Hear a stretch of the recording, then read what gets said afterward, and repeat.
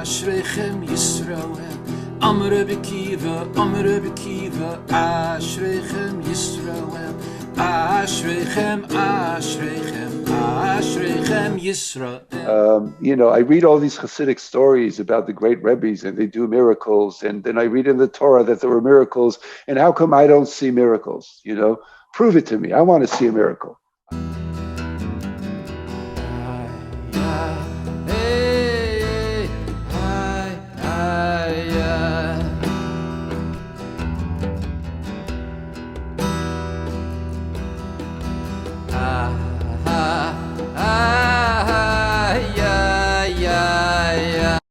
Today's going to be about the Shemitah, and we did a Shemitah week last week, so we took a week off. So it just occurred to me that we're tuned in. Yeah. Okay. So, if you would like to have the text in front of you, you can go to the very back, the end of this video, and there's going to be a little tour, a little instruction about how to navigate the Sefaria and find this particular text. You can do that and then come back to the beginning of the video and have the text parallel to the shiur, to the teaching. So we have a double parsha again, BeHar Ebu Chukosai, as we conclude the third book of the Chumash, Vayikra. This morning we're going to be concentrating at the beginning of the first of the two parshiyos, BeHar. We have a beautiful mitzvah, a beautiful commandment. It goes by many names. It's commonly referred to as Shemitah. The bottom line is that we are commanded that just as each and every Jewish individual is commanded to rest every seventh day, the land of Israel, we are commanded to allow the land of Israel to rest every seventh year. In modern times, we have a word called a sabbatical. A teacher will take a sabbatical year. Every seventh year, they'll be given a paid vacation based on the sabbatical year, I believe. If I own land, which things grow in, I have to leave it hefker. In other words, anyone can walk into my field, even an animal. Any person walks by can basically come into my property, my private property, and take whatever they want. They can take a tomato, they can take a cucumber. I can also take for myself, from my own produce, enough for a day, but I'm not allowed to harvest. The second rule is they can't take they can't take your Ferrari, but they can take your fruits and vegetables. So let's be clear. Yes. Okay. That's right. They could definitely not take the Ferrari. The second rule is that I, as the farmer, as the owner of this field, am not allowed to work the land. I can do just the bare minimum, what is required to ensure that the plants don't die.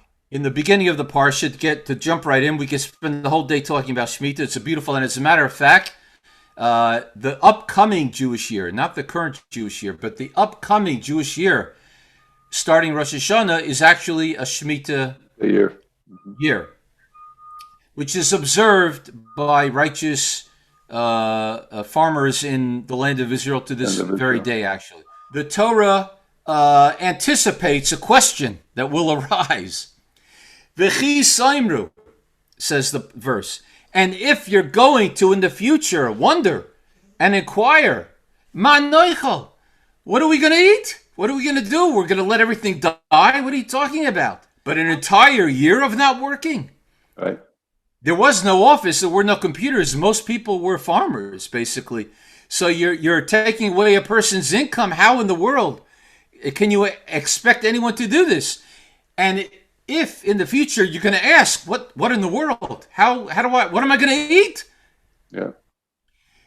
So the answer, the response, which is a very interesting response, which is what the Sefat Emet is going to talk about here. The response is v'tzivisi es berchosi lachem. I will command a blessing to occur. Yeah.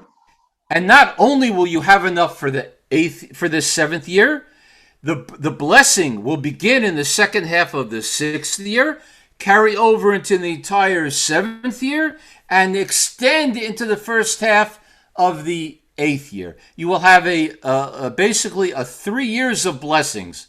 So don't worry about it. Yeah. So So God will provide, basically. God will provide. Don't worry about it. And also, just to add to that, is that specifically when it says that God will provide, it doesn't say that God will parachute care packages, from the Herculeses or whatever from the air. I mean, this is not far fetched, the manna, and all that. God could have sent down manna, but that's not what it says. It says, birchati. Birchati means an abundance of, it's going to be a natural provision. In other words, that it's the bracha of the agricultural cycle. So I think what it's saying is that on the sixth year, you're going to have much more yield that you'll be able to store for the seventh year, and also for the eighth year, because if you're not sowing anything on the seventh year, it's going to take time till you start having produce. So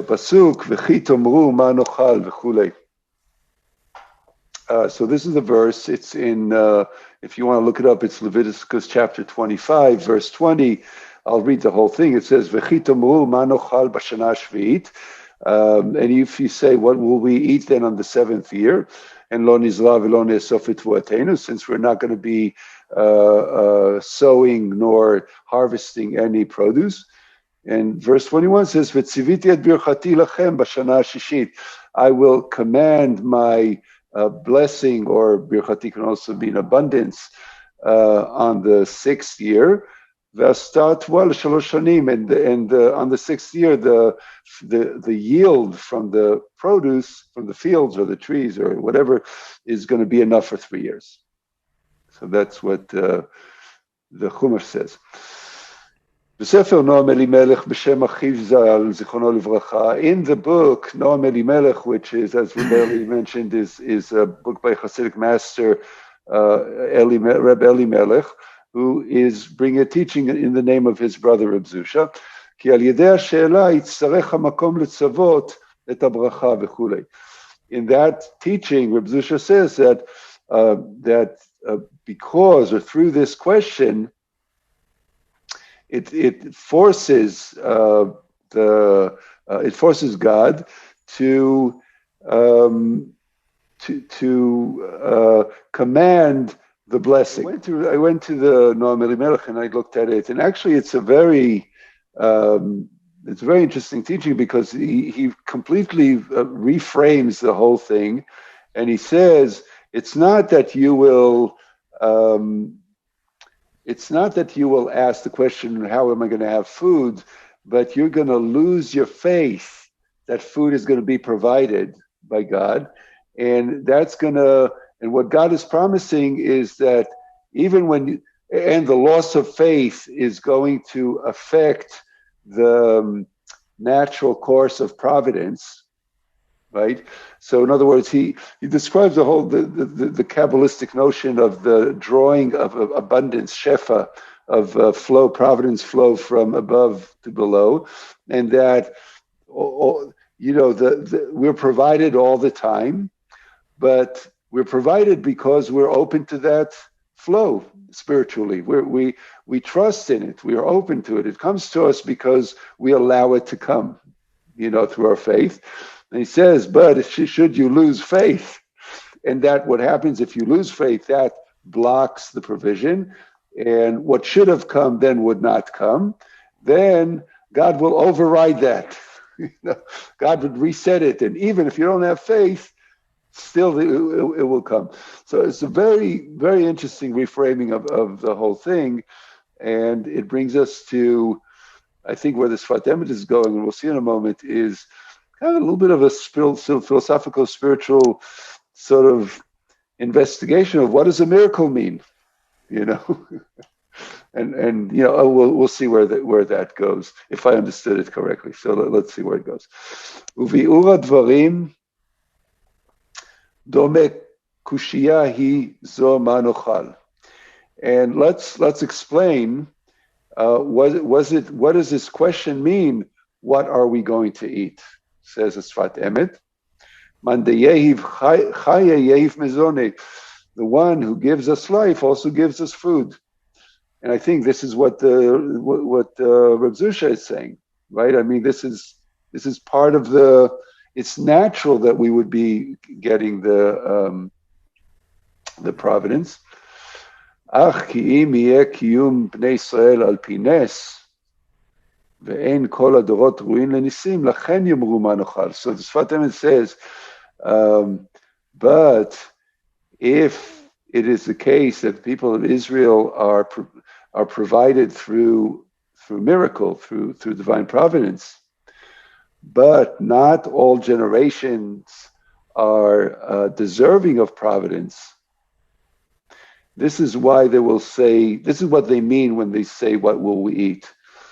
So maybe our generation is deserving providence, but what about generations that don't deserve it, right? I think, is this what the Sefat Emet is saying? I think that's how he's framing it, yeah?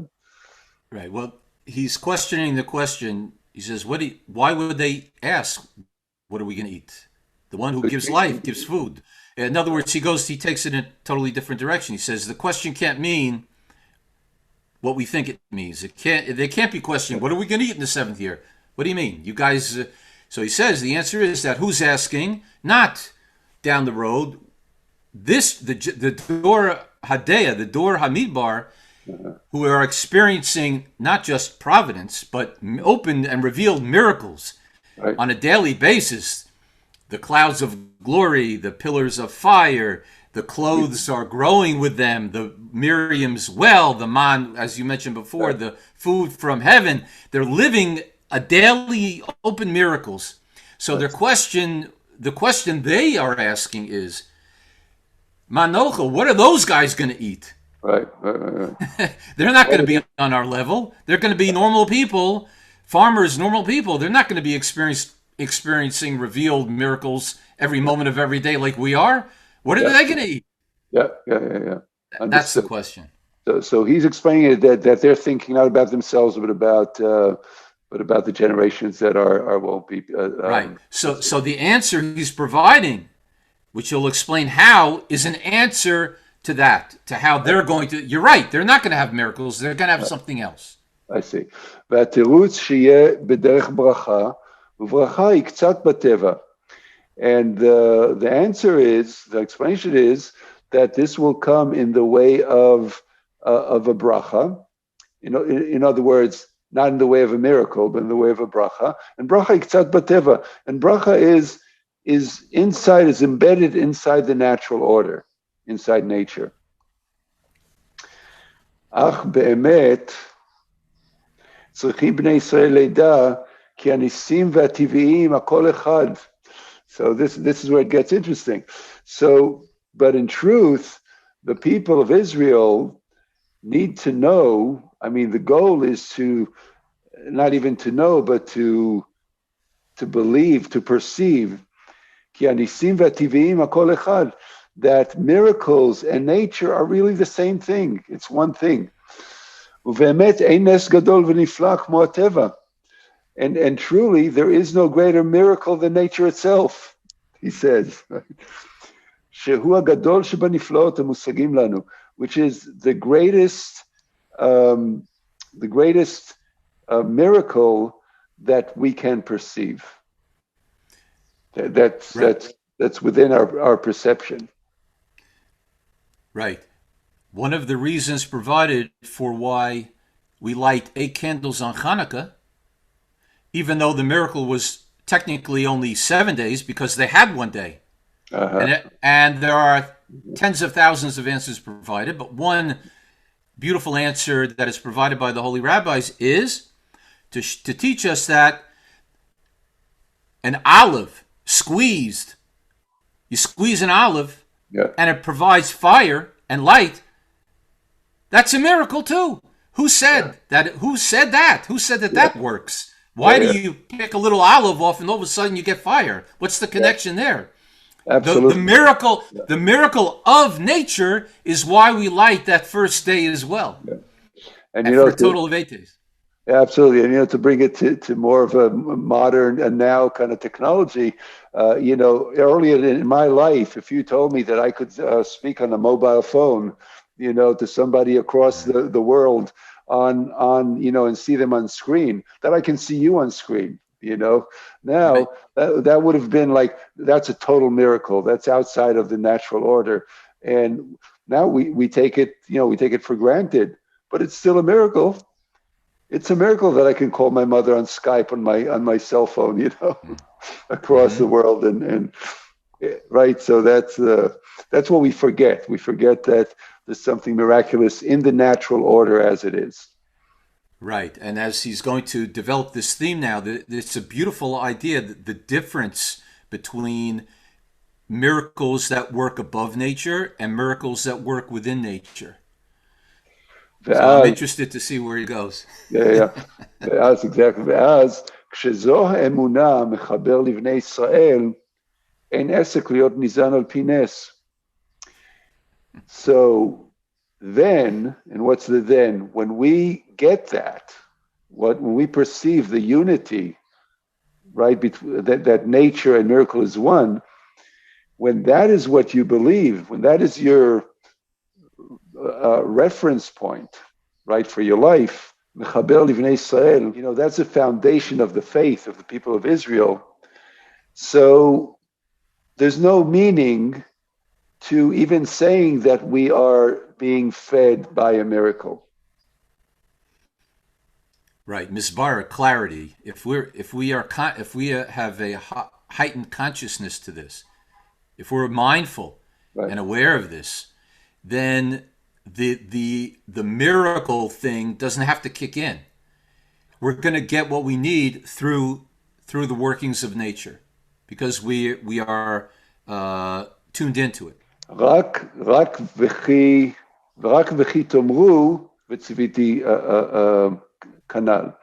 So he says, but only when you fall out of that perception of the miraculousness of nature, then when you start to doubt it, it stops happening. As long as you see that every piece of food, every bite that you really can take is in itself a miracle, the food keeps coming because you're tuned into the flow, the miraculous flow of the natural order.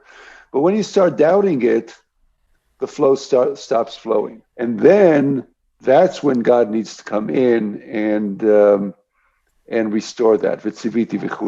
And then God has to say, well, they just stopped the flow. I need to, reestablish the flow so they can survive. So he's taking it to actually to attitude and to seeing, to be able to see the spiritual perspective, because the seeing it's saying sometimes people argue with me about when we talk about so there's not food but healing, so if you believe you're going to be healed, so then you're going to be healed. They say, oh well, that's placebo effect, but I'll take placebo effect. If it works, I'll take it. Right. So it's not placebo effect; it's faith effect. That's what placebo effect is, and I think that's what he's talking about here in a sort of in a subtle kind of way. V'nesu lashon harama. Now he's explaining it. So the word nes is derived from the word harama to lift up. In other words, nes, naso, right? So it sounds like the word naso spelled differently, but it's to lift something up. Which means that this is an order of things that is elevated above the natural order. And obviously in the context of the Torah, this is an order that is established especially for the people of Israel in this condition of the Shemitah. Vekach katav Maharal, and this is how the Maharal, the Rabbi Judah Loew of Prague, 1600s, the great mystic and leader of the community of Prague at the time. Ki kemo sheyesh seder lehateva, ken yesh seder lehanisim. He says, just like there's an order in nature, there's the rules, the laws of nature, so there is order and rules to miracles. V'seder zeh miyuchad livnei Israel kanal. And this unnatural order, and again, what's the unnatural order, is that God has to come in and intervene and keep the flow of providence, of produce, even though the people are blocking the flow by not believing in it.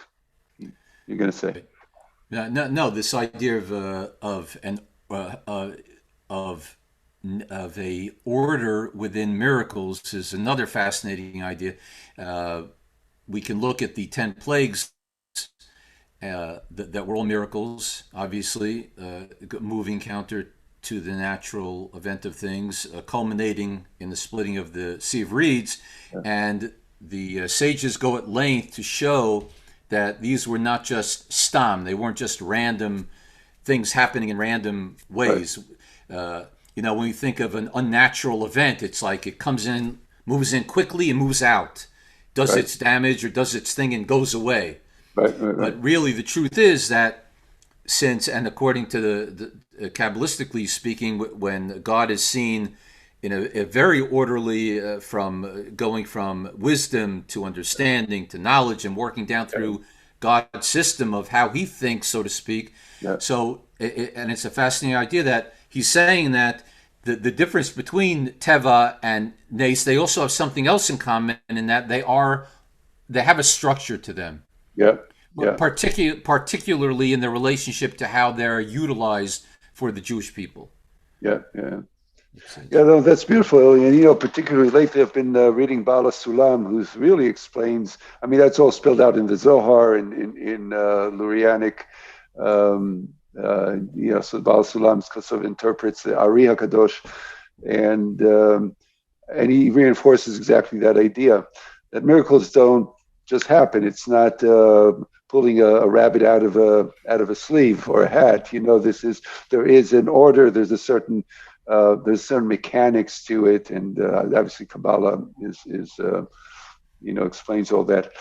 So so this particular order of miracle is specifically designated for the case of Shemitah, so the people of Israel can observe this year off, giving the land rest. And by the way, I want to say that this is so critical now with climate change. There's a whole rethinking of agriculture, because we have not letting the land rest. Modern agriculture is just squeezing every little draining every resource out of the soil, and then what happens is droughts and all that. And so there's a rethinking about how do you actually replenish the land, and now we're coming back. The agronomes, the sort of like the ag experts are coming back to this idea of like, we have to honor the land, we have to let it rest, we have to let it replenish, and all that. And talk about modern agriculture has been kind of having no faith, and we're sort of like swimming up the river. We're instead of working with nature and the miraculous order, and with divine providence, and with the sort of ecology of not only ecology in nature, but the greater ecology of what's the relationship? How do we honor? How do we see the divine in the way food is produced and all that? And guess what? They're now rediscovering the wisdom of the Torah from 3,000 years and change ago, right? Wow. So there you have it. It's a matter of attitude, really. It's a matter of respect. You see the new. They call it regenerative agriculture. It's a whole field, and it's being studied now. And it's a whole new approach that has reverence for the land and for its natural order. And they're saying, let's work with nature and let's work with the creation, right? Instead of trying to manipulate everything and control everything with chemicals and then just basically ruining the foundation that feeds us. So I think in the Torah and later parshas it talks about, if you don't do my Shemitah, the land is going to reclaim its Sabbaths, right? And it's going to be terrible things. We're really living through that, right now. We're witness to all that. But anyway, so ובאמת הדורות שנעשה להם הניסים, היה קבוע בהם האמונה. And he says, and truly, the generations that had the nisim, like you were just saying, Rebbe, this door is like living right in the middle of it with everything. So היה קבוע בהם האמונה, the seeing of the big picture of the spiritual of Hashem and the way everything works. They saw nature as a miracle, right? Right, that's it. So for them, Shaveh lahem hateva ve'anisim, is nature was a miracle, and miracles were nature. It was all one thing. Lachen nahag Hashem imahem benisim, and that's why God, provided without any in a miraculous way. What I really appreciate about Sefat Emet here is the distinction of everything is a miracle. In fact, I heard Reb Shlomo once was asked, it's a classical question, and I want to say, these are my questions. I used to think, I remember, I'll tell you, I asked one of my Rebbes once. I read all these Hasidic stories about the great Rebbes and they do miracles. And then I read in the Torah that there were miracles. And how come I don't see miracles?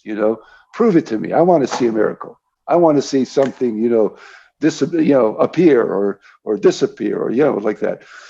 And so somebody asked, that's a classical question. It's a very practical, down to earth question. And somebody asked Reb Shlomo exactly that question. Reb Shlomo says, if you see your whole life as a miracle, then you'll see miracles. That was his answer.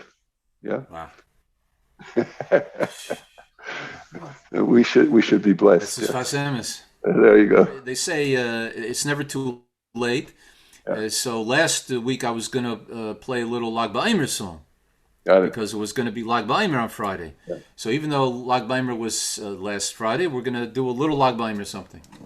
By miracle, we're going to bring Lag BaOmer back. Going to bring it back. Good. Amar Rebbe Kiva, Ashrechem Yisrael.